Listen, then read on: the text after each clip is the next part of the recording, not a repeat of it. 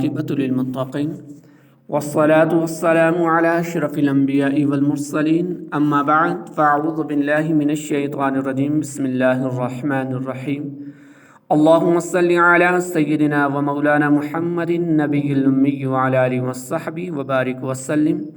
اللہ رب العالمین سورۃ الحود آیت نمبر 40 کے اندر ارشاد فرما رہا ہے، حتی اذا جاء امرنا وفارت النور قل نحمل فيها من كل الزوجين اثنين وأهلك إلا من سبق عليه القول ومن آمن وما آمن معه إلا قليل۔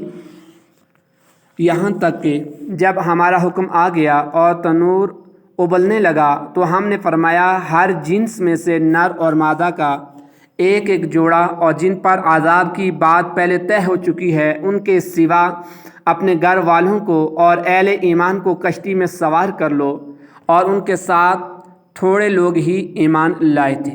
حتی اذا جاء امرنا، یہاں تک کہ جب ہمارا حکم آ گیا۔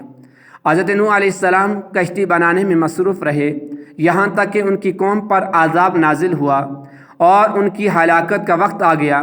اللہ تعالیٰ نے حضرت نوح علیہ السلام سے اس عذاب کے نازل ہونے کی علامت یہ بیان فرمائی تھی کہ جب تم تنور میں پانی جوش مارتا دیکھو تو جان لینا کہ عذاب نازل ہونے کا وقت آ پہنچا ہے۔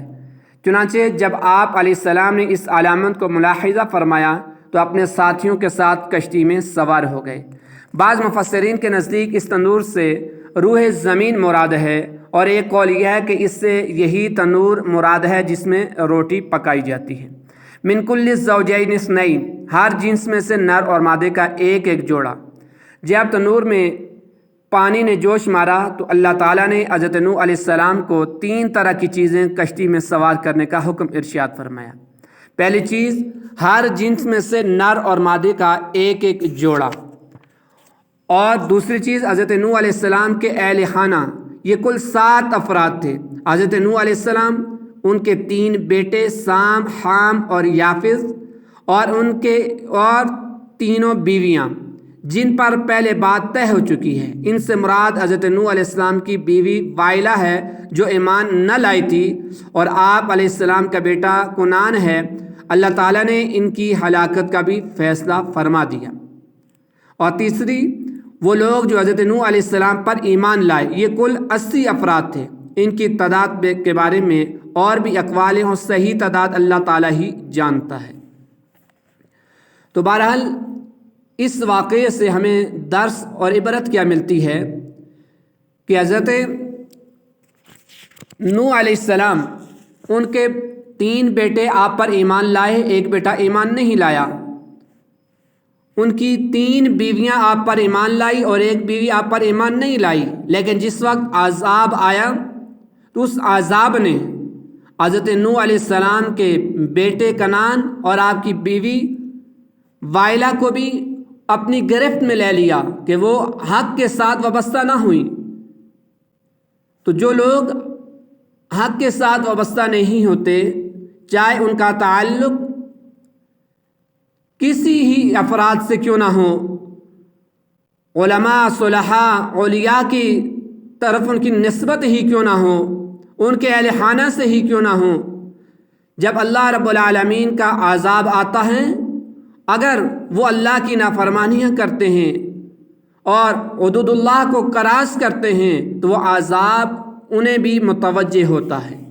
وَقَالَ ارْكَبُوا فِيهَا بِسْمِ اللَّهِ مَجْرِيهَا وَمُرْسَاهَا إِنَّ رَبِّي لَغَفُورٌ رَحِيمٌ، اور انہوں نے فرمایا اس میں سوار ہو جاؤ، اس کا چلنا اور اس کا ٹھہرنا اللہ ہی کے نام پر ہے، بے شک میرا رب ضرور بخشنے والا مہربان ہے۔ بسم اللہ، اللہ ہی کے نام پر ہے۔ حضرت نوح علیہ السلام نے اپنے جن اصحاب کو کشتی میں سوار کیا ان سے فرمایا تم کشتی میں سوار ہو جاؤ، اس کا چلنا اور اس کا ٹھہرنا اللہ ہی کے نام پر ہے۔ حضرت ضاحک رضی اللہ تعالیٰ عنہ فرماتے ہیں کہ جب حضرت نوح علیہ السلام چاہتے تھے کہ کشتی چلے تو بسم اللہ پڑھتے تھے تو کشتی چلنے لگتی تھی، اور جب چاہتے تھے کہ ٹھہر جائے تو بسم اللہ پڑھتے تو ٹھہر جاتی۔ تو اس آیت میں یہ تعلیم ہے کہ بندے کو چاہیے جب بھی کوئی کام کرنا چاہے تو بسم اللہ پڑھ کر شروع کرے تاکہ اس میں برکت اور کامیابی کا حصول سبب بنے۔ وَهِيَ تَجْرِي بِهِمْ فِي مَوْجٍ كَالْجِبَالِ وَنَادَى نُوحُ ابْنَهُ وَكَانَ فِي مَعْزِلٍ يَا بُنَيَّ ارْكَبْ مَعَنَا وَلَا تَكُن مَعَ الْكَافِرِينَ۔ اور وہ کشتی انہیں پہاڑ جیسی موجوں کے درمیان لے کر چل رہی تھی، اور نوح نے اپنے بیٹے کو پکارا، وہ اس کشتی سے باہر ایک کنارے پر تھا، اے میرے بیٹے تو ہمارے ساتھ سوار ہو جا اور کافروں کے ساتھ نہ ہو۔ وَهِيَ تَجْرِي بِهِمْ فِي مَوْجٍ كَالْجِبَالِ، اور وہ کشتی انہیں پہاڑ جیسی موجوں کے درمیان لے کر چل رہی تھی۔ جب حضرت نوح علیہ السلام کی قوم پر عذاب نازل ہوا تو 40 دن اور رات آسمان سے بارش برستی رہی اور زمین سے پانی ابلتا رہا، پانی پہاڑوں سے اونچا ہو گیا یہاں تک کہ ہر چیز اس میں ڈوب گئی، اور ہوا اس شدت سے چل رہی تھی کہ اس کی وجہ سے پہاڑوں کی مانند اونچی لہریں بلند ہو رہی تھیں۔ وَنَادَى نُوحُ ابْنَهُ، اور نوح نے اپنے بیٹے کو پکارا۔ حضرت نوح علیہ السلام کا بیٹا کنعان اس کشتی سے باہر ایک کنارے پر تھا۔ حضرت نوح علیہ السلام نے اس سے پکارا، اے میرے بیٹے تو ہمارے ساتھ کشتی میں سوار ہو جا اور سواری سے محروم رہنے والے کافروں کے ساتھ نہ ہو۔ علماء فرماتے ہیں کہ حضرت نوح علیہ السلام کا بیٹا کنعان منافق تھا، اپنے آپ کو مسلمان ظاہر کرتا اور اپنے کفر کو چھپاتا تھا۔ جب طوفان آیا تو اس نے اپنا باطنی کفر ظاہر کر دیا۔ قال سآوی الی جبل یعصمنی من الماء قال لا عاصم اليوم من امر اللہ الا من رحم وحال بینہم الموج فکان من المغرقین۔ بیٹے نے کہا، میں ابھی کسی پہاڑ کی پناہ لے لیتا ہوں، وہ مجھے پانی سے بچا لے گا۔ نوح علیہ السلام نے فرمایا، آج اللہ کے عذاب سے کوئی بچانے والا نہیں مگر وہی بچے گا جس پر وہ رحم فرمائے گا، اور ان کے درمیان میں لہر حائل ہو گئی تو وہ بھی غرق کیے جانے والوں میں سے ہو گیا۔ قال سآوی الی جبل، اس نے کہا میں ابھی کسی پہاڑ کی پناہ لے لیتا ہوں۔ حضرت نوح علیہ السلام کی پکار سن کر کنعان نے کشتی میں سوار ہونے کے بجائے یہ جواب دیا کہ میں ابھی کسی پہاڑ کی پناہ لے لیتا ہوں، وہ مجھے پانی سے بچا لے گا۔ حضرت نوح علیہ السلام نے اس سے فرمایا، آج کے دن اللہ تعالیٰ کے عذاب سے کوئی بچانے والا نہیں، لیکن جس پر اللہ رحم فرما دے تو وہ ڈوبنے سے بچ سکتا ہے۔ پھر حضرت نوح علیہ السلام اور ان کے بیٹے کنعان کے درمیان ایک لہر حائل ہو گئی تو کنعان بھی غرق کیے جانے والوں میں سے ہو گیا۔ وقیل یا ارض ابلعی ماءک ویا سماء اقلعی وغیض الماء وقضی الامر واستوت علی الجودی وقیل بعدا لقوم للظالمین۔ اور حکم فرمایا گیا کہ ہے زمین اپنا پانی نگل جا، اور اے آسمان تھم جا، اور پانی خشک کر دیا گیا اور کام تمام ہو گیا، اور وہ کشتی جودی پہاڑ پر ٹھہر گئی، اور فرما دیا گیا ظالموں کے لیے دوری ہے۔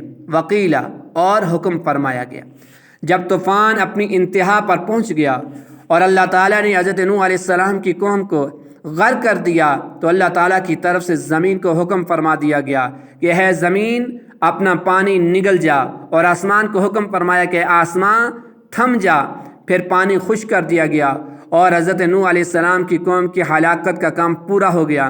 حضرت نوح علیہ السلام کی کشتی 6 مہینے زمین میں گھوم کر جودی پہاڑ پر ٹھہر گئی۔ یہ پہاڑ موصل یا شام کے حدود میں واقع ہے۔ حضرت نوح علیہ السلام کشتی میں 10ویں رجب کو بیٹھے اور 10ویں محرم کو کشتی جودی پہاڑ پر ٹھہری تو آپ علیہ السلام نے اس کے شکر کا روزہ رکھا اور اپنے ساتھیوں کو بھی روزہ رکھنے کا حکم فرمایا۔ 10 محرم یعنی عاشورہ کے دن روزہ رکھنا سنت ہے، جیسا کہ حضرت عبداللہ بن عباس رضی اللہ تعالیٰ عنہما فرماتے ہیں کہ اللہ کے نبی نے عاشورہ کو روزہ خود رکھا اور اس کے رکھنے کا حکم ارشاد فرمایا۔ اور اس کی فضیلت کے بارے میں حضرت ابو قتادہ رضی اللہ تعالیٰ عنہ روایت کرتے ہیں کہ اللہ کے نبی علیہ السلام نے ارشاد فرمایا، مجھے اللہ تعالیٰ پر گمان ہے کہ عاشورہ کا روزہ 1 سال پہلے کے گناہ مٹا دیتا ہے۔